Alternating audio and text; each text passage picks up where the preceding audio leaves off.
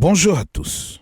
L'actualité relayée par la presse a une forte dominante sanitaire avec cette information de la détection d'un cas d'Ebola en Côte d'Ivoire. L'Inter qui relaie cette information émanant du ministre de la Santé s'empresse de rassurer sur les mesures prises par le gouvernement, à savoir la réactivation de la surveillance communautaire de la riposte à Ebola, l'organisation du suivi de tous les contacts identifiés, la sensibilisation, la prévention et le diagnostic et aussi la prise en charge des cas confirmés, la vaccination immédiate des groupes cibles, le respect des directives pour le diagnostic et la prise en charge des fièvres hémorragiques, la poursuite du strict respect des mesures dictées contre la COVID-19 qui reste valable pour la maladie à virus Ebola et une collaboration transfrontalière avec la Guinée.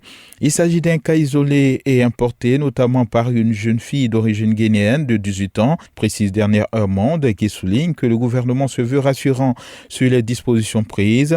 Il invite donc les populations à la sérénité en respectant surtout les mesures barrières qui sont similaires à celles de la COVID-19. L'héritage Fraternité Matin explique, sur la base du communiqué lu par le ministre de la Santé, comment le cas détecté à Abidjan a été pris en charge. Et dans ce sens, selon notre voix, plusieurs sujets contacts de la malade ont été identifiés et sont pris en charge. Soir Info parle pour sa part de plusieurs agents de santé mis en quarantaine et soumis à un examen et comme le veut le protocole sanitaire, ils seront vaccinés tout comme les groupes cibles. Pourquoi il ne faut pas craindre, rassure de son côté le mandat qui relève que le ministre a indiqué que la Côte d'Ivoire dispose de vaccins pour contrer la propagation de cette maladie et dans ce sens, le pays reçoit un appui de l'OMS avec une dotation de 5000 doses de vaccins.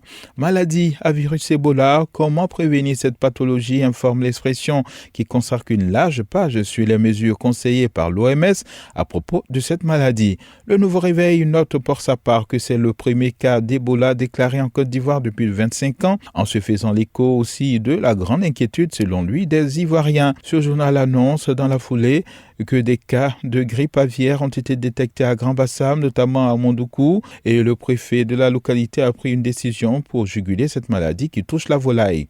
Cette actualité sanitaire n'empêche cependant pas les journaux de s'intéresser à la politique, notamment à ce qu'on pourrait qualifier de riposte d'Affi-N'Guessan, président du Front populaire ivoirien. Réunion du comité central du FPI, samedi, Affi explose le mythe Gbagbo, estime Le Matin. Il dit ses vérités sans détour à propos de la crise au FPI, au départ de Laurent Gbagbo et l'avenir du parti, précise Notre Voix, qui souligne que le leader de la gauche, qu'est Laurent Gbagbo, a été exclu du FPI par la décision du comité central du dit parti. L'essor ivoirien reprend lui un bout de phrase d'Affi-N'Guessan et morceau choisi des propos du président du FPI sous forme de raillerie.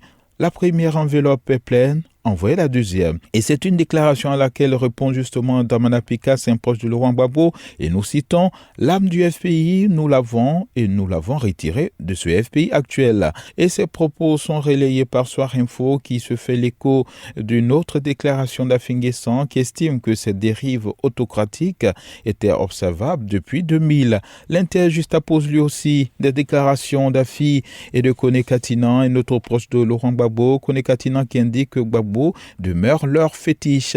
Sous forme de révélation, le Nouveau Réveil, Le Temps et LG Info publient un document attribué à Affi-N'Guessan, document dans lequel il exige à Laurent Gbagbo certaines choses comme la première vice-présidence du FPI et ces journaux qualifient cette attitude de chantage. Pourquoi j'ai demandé le poste de premier vice-président à Laurent Gbagbo, a expliqué justement Affi-N'Guessan et c'est Fraternité Matin qui relaie cette explication. Ce journal annonce aussi que les ascenseurs des 5 tours d'Agamé 220 logements ont été réhabilités.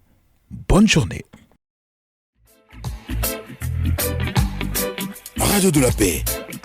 Se parler, s'écouter, se comprendre.